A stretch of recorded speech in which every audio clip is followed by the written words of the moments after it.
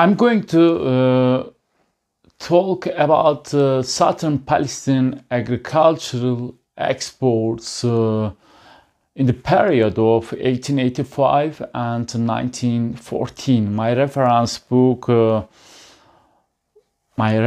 article actually was written by Marwan Buheiry in 1981 in Palestinian Studies. Southern Palestine is defined by the other as the Ottoman province of Jerusalem, established as an autonomous sanjak or mutasarrifia in 1873 and encompassing one Markez, Liwa, Al-Quds, Jerusalem, three Qadas, actually districts, Jaffa, Gaza, and Hebron, and two Nahiyah, Bethlehem, and Ramla. In 1899, the Qada of Birsab was established in a move to better control the increasingly important border zone with Egypt. In 1906, the Qada of Nazareth was detached from the Vilayet of Beirut and was added to Jerusalem for a short span of about 2 years. Palestine has always been an important producer of key agricultural commodities and was experiencing a significant expansion of agriculture and elite manufacturers at least 2 generations before the arrival of the first colons from East Europe, who were able to maintain their farms only with the help of Arab labor and the massive financial subsidies of Baron Edmond de Rothschild. Important agricultural products of Palestine are olive oil, cotton, grape, sugarcane, and the manufacture of silk and cotton cloths and soap. In the beginning of 1910, the districts of Haifa and Jaffa were producing the largest quantity of sesame seed in Syria.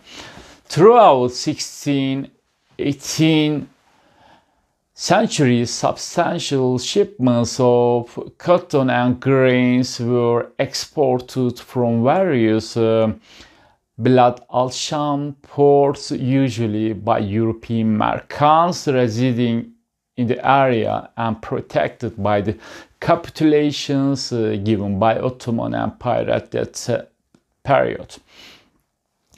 Palestinian cotton was always a more important item of trade to France, especially to southern France, than it was to England.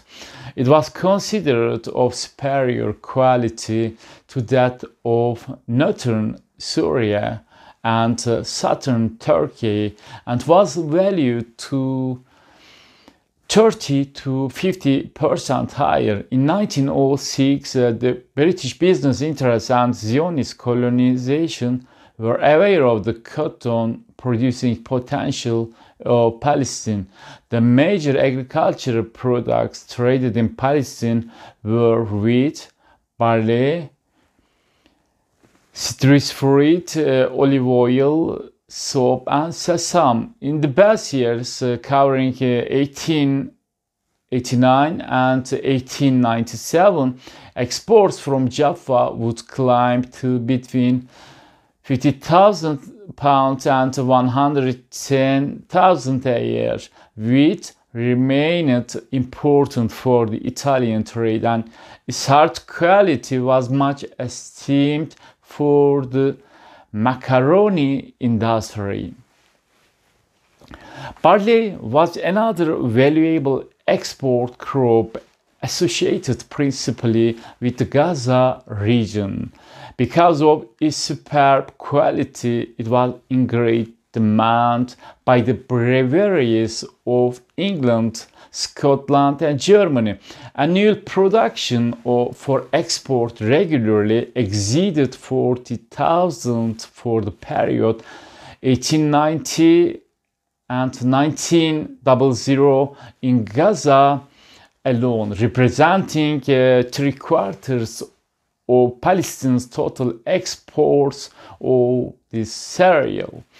A consular report for the year 1898 estimates export to Great Britain from Gaza to be 30,000 tons of barley, 4,000 tons of wheat, and 600 tons of durra shipped on board 15 British steamers. The average value of Gaza barley export to England, 35,000 tons worth 180,000 pounds, was nearly twice the average value of Jaffa export of oranges, 97,000 pounds yearly average for 1901 and 1905 to all countries. Barley, therefore, was the leading export item, as seen in the figure. Great Britain's share in export of Jaffa sharply increased with the beginning of 1900, while the share of Turkey dropped sharply in the same period. This figure shows Jaffa trade by country. Turkey is the major exporter for Jaffa. Britain and Egypt are the major importer for Jaffa. In consequence, Jaffa, including Gaza, had very fertile land. The agricultural crops grown in Gaza were valued nearly twice than other regions. It was also very livable and dynamic geography in the Ottoman period. With the collapse of Ottoman Empire, the Jewish had an advantage to attract the British business, since they have more capital than Arabs, as well as human capital in that period.